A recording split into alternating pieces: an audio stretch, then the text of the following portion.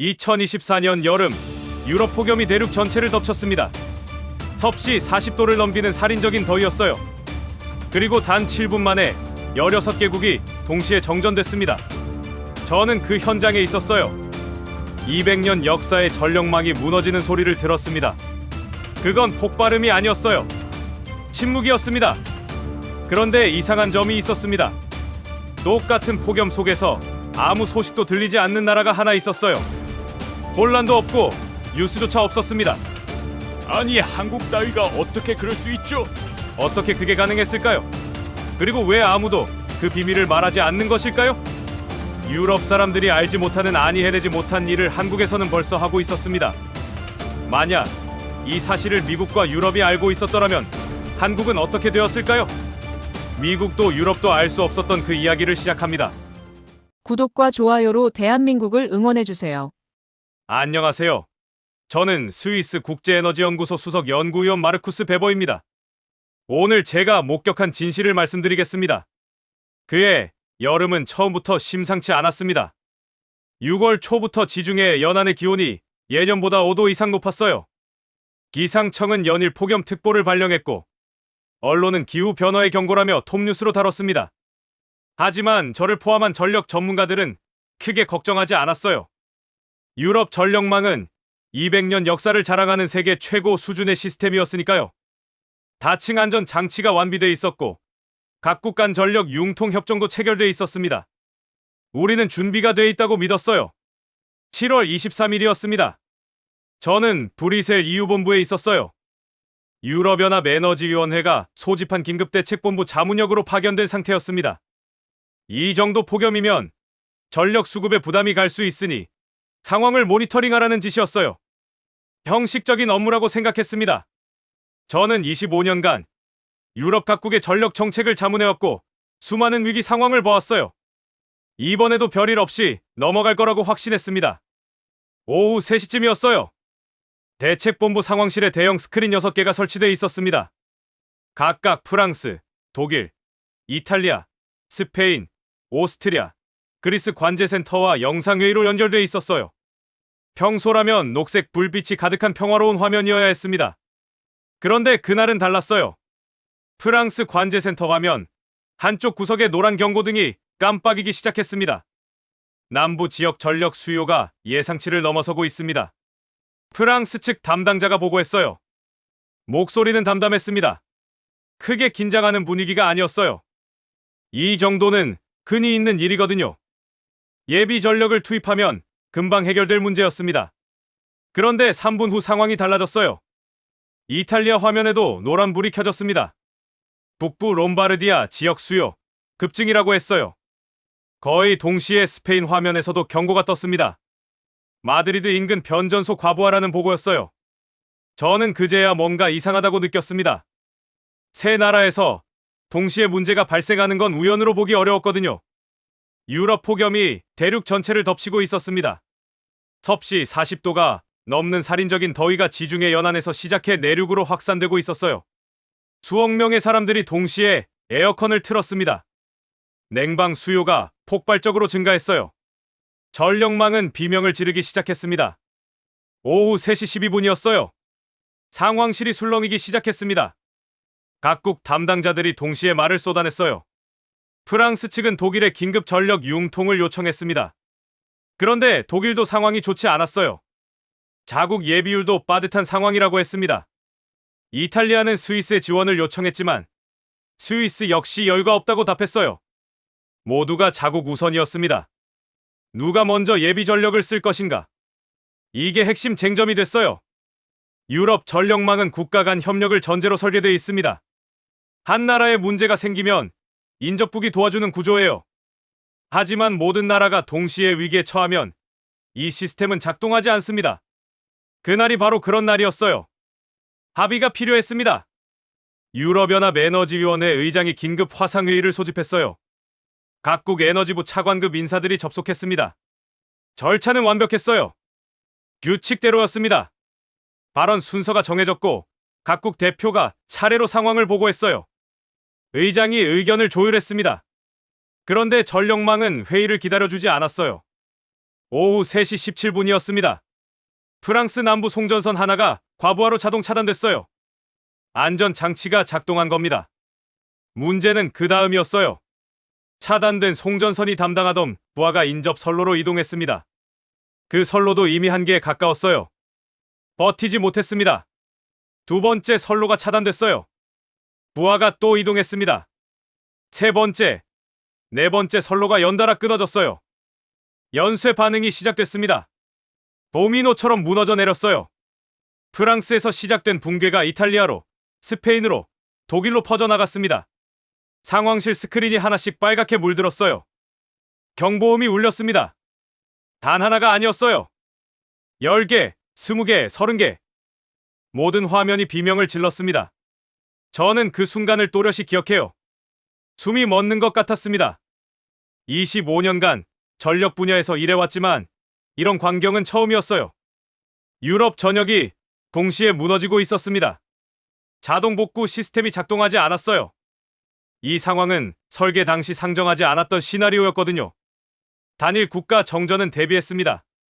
하지만 16개국 동시 위기는 매뉴얼에 없었어요. 시스템은 멈췄습니다. 판단은 사람의 몫이 됐어요. 그런데 누가 결정할 것인가? 화상회의는 여전히 진행 중이었습니다. 각국 대표들이 목소리를 높였어요. 책임 소재를 따졌습니다. 프랑스가 먼저 움직였어야 한다. 독일이 승인을 늦췄다. 스페인이 협조하지 않았다. 말만 오갔어요. 결정은 내려지지 않았습니다. 오후 3시 24분이었습니다. 단 7분 만에 유럽 16개국이 동시에 정전됐어요. 병원 응급실 조명이 꺼졌습니다. 지하철이 터널 안에서 멈춰섰어요. 통신망이 마비됐습니다. 신호등이 꺼지면서 도로가 아수라장이 됐어요. 공항 관제 시스템이 다운됐습니다. 항공기 수십 대가 하늘에서 발이 묶였어요. 저는 그 7분 동안 아무것도 하지 못했습니다. 스크린을 바라보는 것밖에 할 수 있는 게 없었어요. 전문가로서 25년 경력이 무색했습니다. 브뤼셀 상황실은 혼란에 빠졌어요. 전화기가 쉴 새 없이 울렸고 사람들이 뛰어다녔습니다. 누군가는 소리를 질렀고 누군가는 머리를 감싸 쥐었어요. 그런데 저는 그 소음이 들리지 않았습니다. 제 귀에는 오직 한 가지 소리만 남아 있었어요. 침묵이었습니다. 스크린 속에서 유럽 전역의 불빛이 꺼져가는 순간 모든 소리가 사라진 것 같았어요. 200년 역사의 전력망이 무너지는 소리는 폭발음이 아니었습니다. 질서가 증발하는 고요함이었어요. 그날 밤 저는 잠을 이룰 수 없었습니다. 머릿속에서 한 가지 질문이 떠나지 않았어요. 왜 선진국의 전력망은 반복해서 무너지는가? 우리는 최첨단 기술을 가지고 있었습니다. 세계 최고 수준의 안전장치를 갖추고 있었어요. 그런데 왜 7분 만에 무너졌을까요? 저는 그 답을 찾아야 했습니다. 그리고 그 답은 제가 전혀 예상하지 못한 곳에서 기다리고 있었어요. 복구에는 6시간이 걸렸습니다. 피해 규모는 추산 불가였어요. 병원에서 산소 호흡기가 멈춘 탓에 사망자도 발생했습니다. 다음날 브뤼셀 EU본부에서 긴급 장관회의가 소집됐어요. 저는 기술 자문 자격으로 회의실 안쪽에 배석했습니다. 회의는 시작부터 험악했어요. 프랑스 에너지부 장관이 먼저 입을 열었습니다. 독일이 전력 융통 승인을 지연시켰다고 비난했어요. 독일 측은 즉각 반박했습니다. 프랑스가 사전 협의 없이 일방적으로 요청했다고 했어요. 이탈리아는 스페인을 탓했고 스페인은 포르투갈을 지목했습니다. 책임 공방이 2시간 넘게 이어졌어요. 저는 그 광경을 지켜보면서 씁쓸했습니다. 어제 정전으로 수십 명이 목숨을 잃었어요. 수백만 명이 피해를 입었습니다. 그런데 이 자리에서 나오는 건 책임 회피뿐이었어요. 누구 하나 우리가 잘못했다고 말하지 않았습니다. 모두가 남 탓만 했어요. 회의 중반쯤이었습니다. 의장이 각국 피해 현황 보고서를 배포했어요. 저는 그 자료를 훑어보다가 이상한 점을 발견했습니다. 보고서 마지막 페이지에 아시아 지역 현황이 간략히 정리되어 있었어요. 일본은 폭염 영향으로 일부 지역 정전 발생이라고 적혀 있었습니다. 중국도 비슷했어요. 그런데 한국 칸에는 아무것도 없었습니다. 특이사항 없음이라는 짧은 문구만 있었어요. 저는 옆에 앉은 동료에게 물었습니다. 한국은 정전이 없었던 건가요? 동료가 코웃음을 쳤어요. 한국, 거긴 데이터를 조작하는 거 아니야? 아시아 국가들 통계는 믿을 게 못 돼. 저도 고개를 끄덕였습니다. 당시엔 그게 당연한 반응이라고 생각했거든요. 회의는 결론 없이 끝났습니다. 각국 장관들이 사태조사위원회를 구성하기로 합의했어요. 재발 방지 대책을 마련하겠다는 공동 성명이 발표됐습니다. 언론은 이를 크게 보도했어요. 유럽연합의 신속한 대응이라고 칭찬하는 기사도 나왔습니다. 하지만 저는 알고 있었어요. 아무것도 달라지지 않을 거라는 거요. 유럽 전력망의 구조적 문제는 건드리지 않았거든요. 책임이 분산돼 있는 한같은 일은 반복될 겁니다. 위기가 오면 합의를 찾느라 시간을 허비하고 결국 늦게 됩니다. 이게 우리 시스템의 본질이었어요. 브뤼셀에서 돌아오는 비행기 안에서 저는 계속 그 생각을 했습니다. 왜 선진국일수록 더 쉽게 무너지는 걸까요? 그리고 정말 한국은 아무 일도 없었던 걸까요? 데이터 조작이라는 동료의 말이 머릿속에 맴돌았어요. 그런데 이상하게도 확신이 서지 않았습니다. 뭔가 놓치고 있는 게 있는 것 같았어요. 저는 직접 확인해 보기로 했습니다. 제네바에 있는 연구소로 돌아온 저는 바로 데이터 수집에 들어갔습니다. 사후 보고서를 작성해야 했거든요. OECD 국가별 전력 신뢰도 비교 자료를 확보했어요. 지난 10년치 데이터였습니다. 국가별로 연간 정전 시간을 정리했어요. 미국 328분, 프랑스 245분, 독일 190분, 영국 294분, 일본 152분. 선진국들의 수치는 대체로 비슷했습니다. 예상 범위 아니었어요. 그런데 한 나라의 숫자가 눈에 들어왔습니다. 한국 16분. 저는 눈을 비볐어요. 잘못 본 줄 알았습니다. 16분이요? 1년 동안 단 16분. 이건 말이 안 됐습니다. 저는 계산기를 다시 두드렸어요. 혹시 단위를 잘못 본 건 아닌지 확인했습니다. 분이 맞았어요. 저는 그 수치를 3번 삭제하고 4번 다시 불러왔습니다. 매번 똑같았어요. 통계 기준이 다를 거야. 저는 혼잣말을 했습니다. OECD 국가마다 정전을 측정하는 방식이 조금씩 다르거든요. 어떤 나라는 5분 이상만 기록하고 어떤 나라는 1분 이상도 포함합니다. 한국은 아마 기준이 느슨할 거라고 생각했어요. 그래서 원본 보고서를 찾아봤습니다. 한국은 오히려 기준이 엄격했어요. 3분 이상 모든 정전을 기록했습니다. 계획 정전도 포함이었어요. 다른 나라들보다 더 까다로운 기준이었습니다. 소규모 국가니까 가능한 거겠지. 두 번째 가설을 세웠어요. 국토가 작으면 관리가 쉽거든요. 그런데 이것도 맞지 않았습니다. 한국 인구 밀도는 독일의 2배가 넘었어요. 전력 수요 집중도가 훨씬 높았습니다. 오히려 관리가 더 어려운 구조였어요. 기후를 확인했습니다. 혹시 한국은 온화한 기후라서 전력 수요 변동이 적은 건 아닐까 싶었어요. 데이터를 열어봤습니다.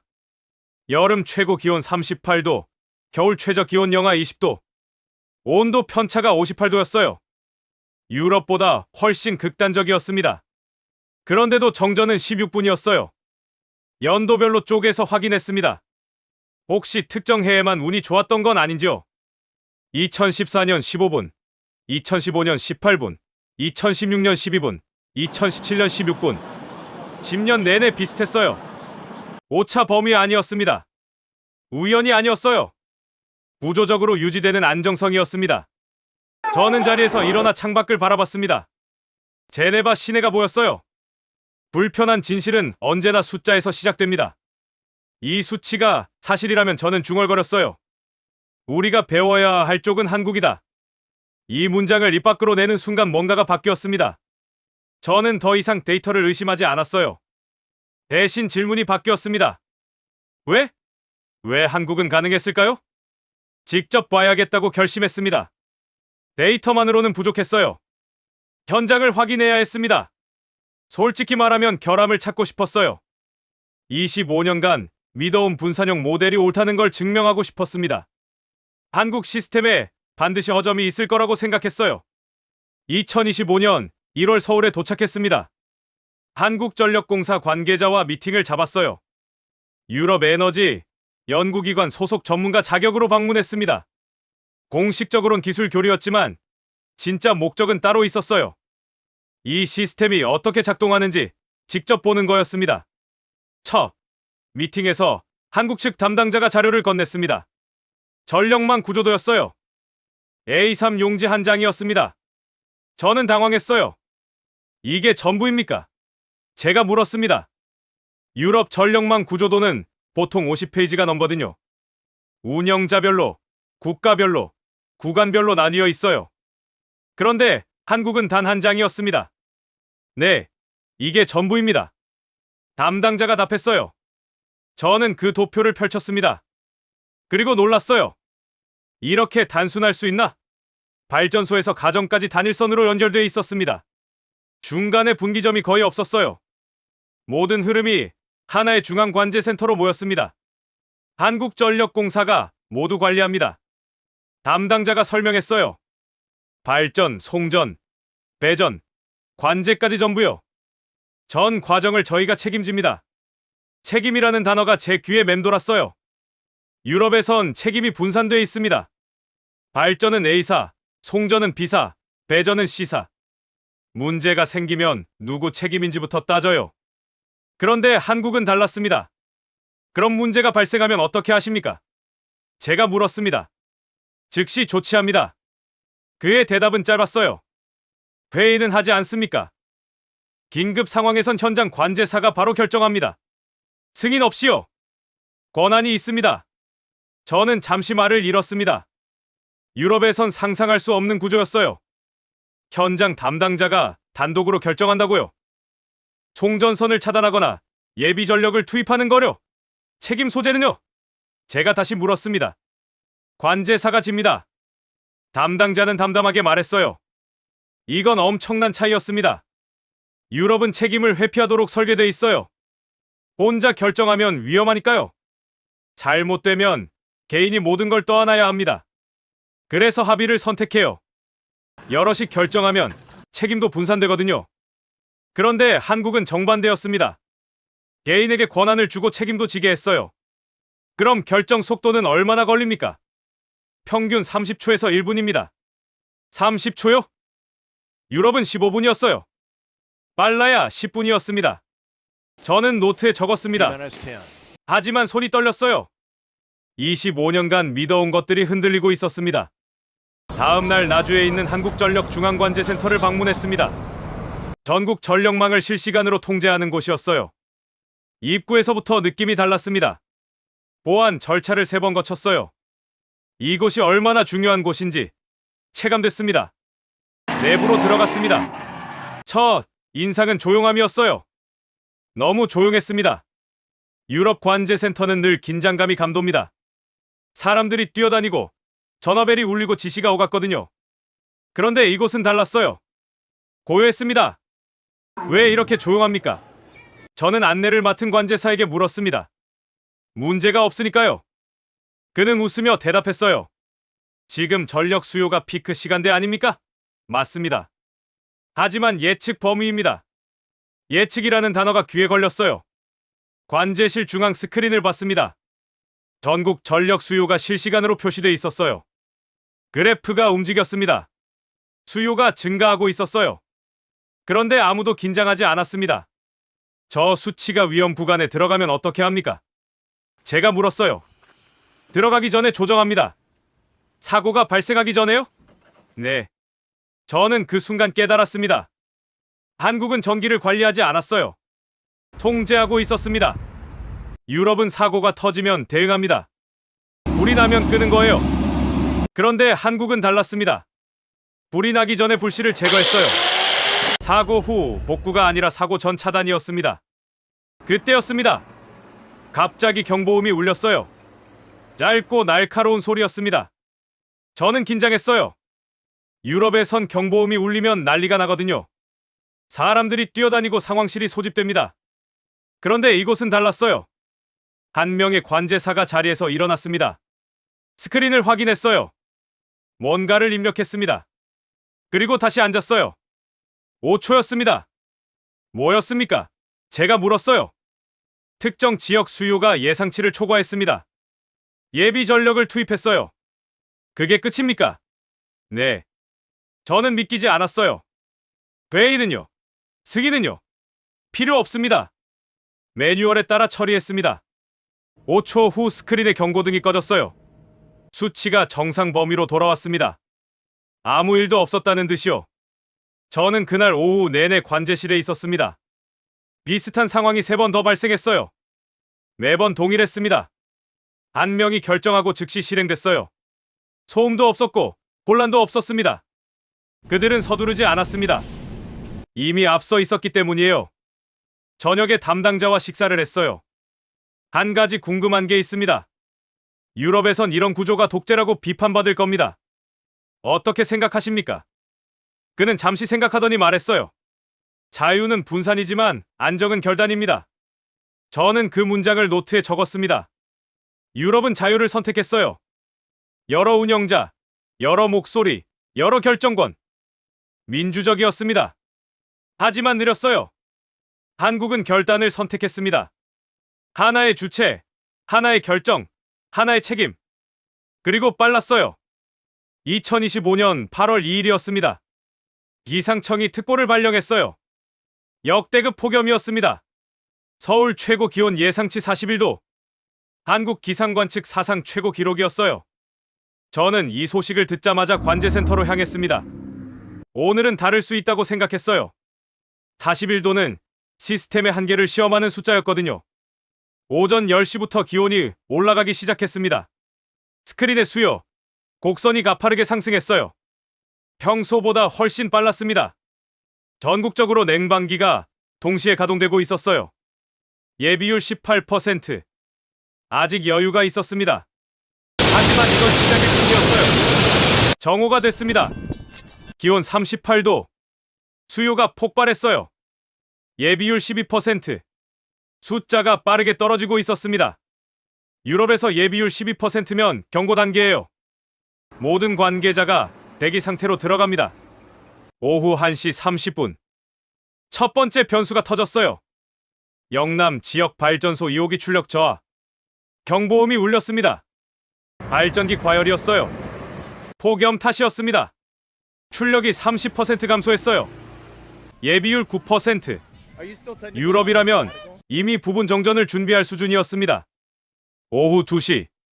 기온이 40도를 돌파했어요. 전력 수요가 역대 최고치를 경신했습니다. 스크린의 그래프가 빨간 선을 넘었어요. 예비율 7%. 위험 구간이었습니다. 저는 속으로 중얼거렸어요. 이번엔 무너질 거야. 그런데 무너지지 않았습니다. 수석 관제사가 자리에서 일어났어요.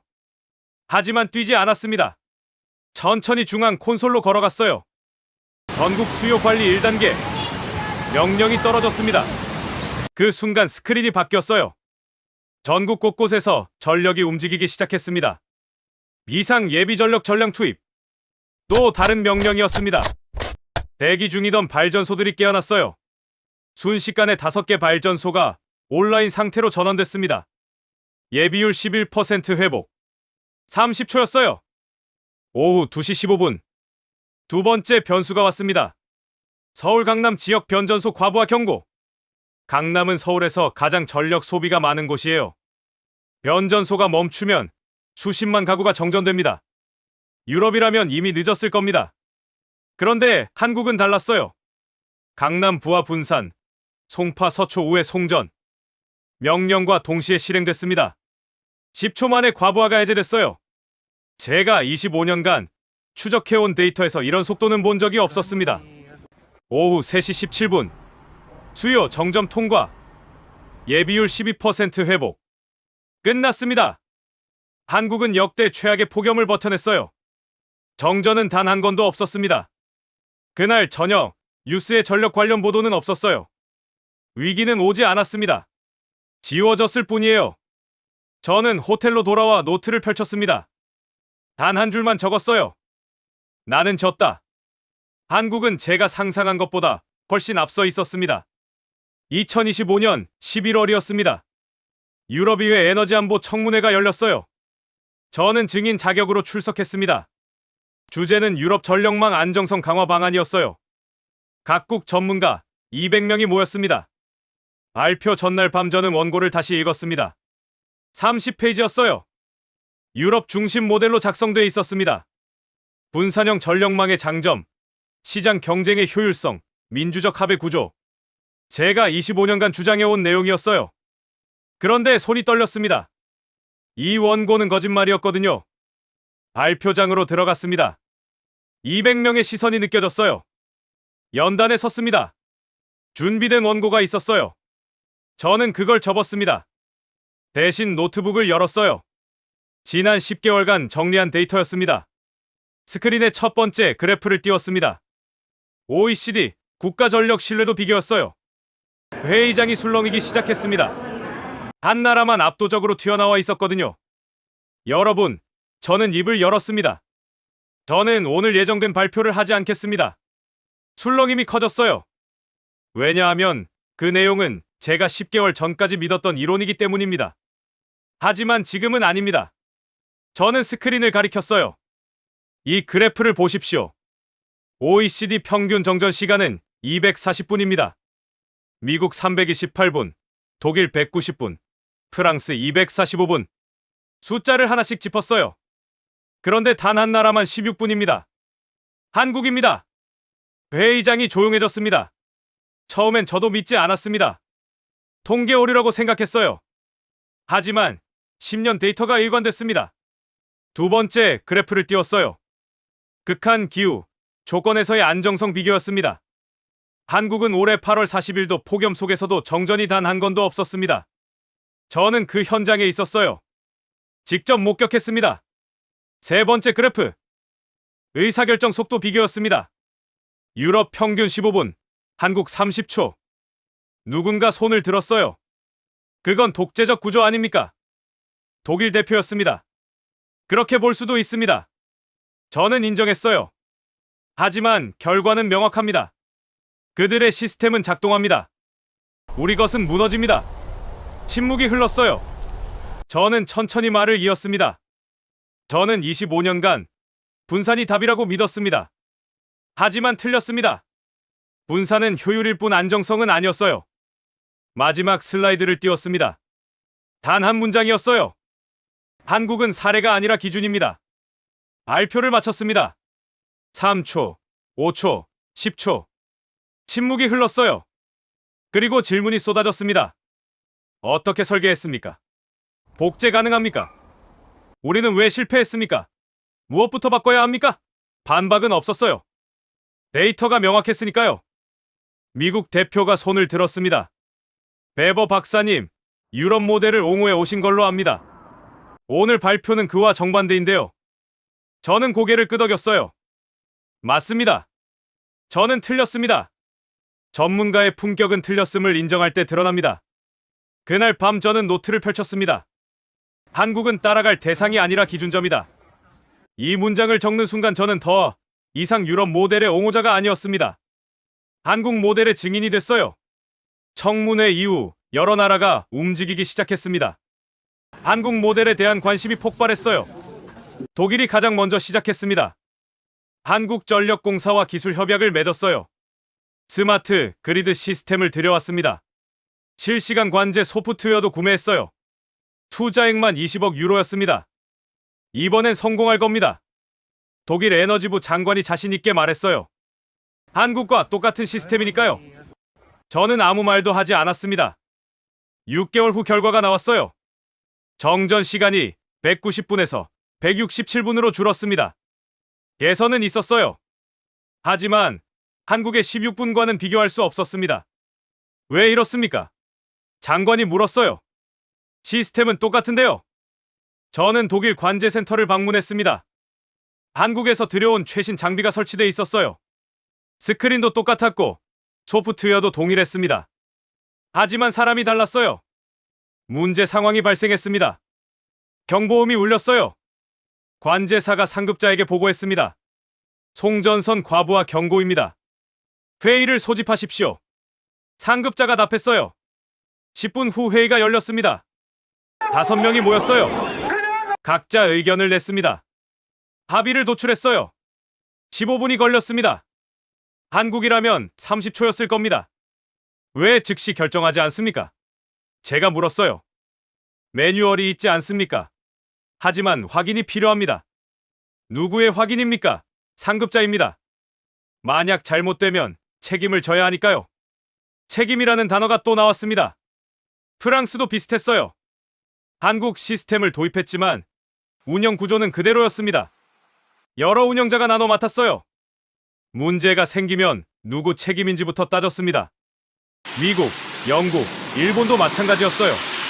시스템은 샀지만 결과는 한국과 달랐습니다. 원인은 명확했어요. 책임 분산 구조를 유지했기 때문입니다. 한국은 단일 운영자가 모든 걸 책임졌어요.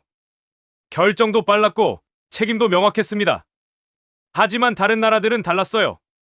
시스템은 바꿨지만 구조는 그대로였습니다. 저는 보고서를 작성했습니다. 한국 모델 도입 실패 원인 분석이라는 제목이었어요. 결론은 명확했습니다. 그들은 시스템을 샀고 한국은 책임을 설계했다. 이게 결정적 차이였어요. 기술은 수입할 수 있습니다. 하지만 결단은 수입할 수 없어요. 한국의 전력망은 기술이 아니라 국가의 태도를 코드화한 결과였습니다. 신속한 결단, 명확한 책임, 위기의 사전 차단. 이건 전력망만의 문제가 아니었어요. 저는 25년간 전력 분야에서 일해왔습니다. 질서를 연구해왔어요. 그리고 깨달았습니다. 질서가 가장 완벽하게 작동하는 곳은 제가 가르치려 했던 나라가 아니라 제가 배운 나라였습니다. 한국은 정전이 거의 없습니다. 이건 단순한 기술 성과가 아니에요. 위기를 대하는 태도, 결단을 미루지 않는 용기, 그리고 책임을 회피하지 않는 국가의 얼굴입니다. 우리는 가끔 당연한 것의 소중함을 잊고 삽니다. 한밤중에도 꺼지지 않는 불빛, 폭염 속에서도 멈추지 않는 에어컨, 그 뒤에는 묵묵히 책임을 지는 사람들이 있습니다. 세계가 무너질 때 한국만 버텨낸 건 우연이 아니에요. 위기 앞에서 결단을 미루지 않는 태도, 책임을 회피하지 않는 용기, 그게 바로 우리가 가진 진짜 힘입니다. 오늘 밤 집에서 불을 켤 때 한 번쯤 떠올려주세요. 이 평범한 일상이 얼마나 대단한 시스템 위에 서 있는지를요. 대한민국 국민으로서 자부심을 가지셔도 됩니다.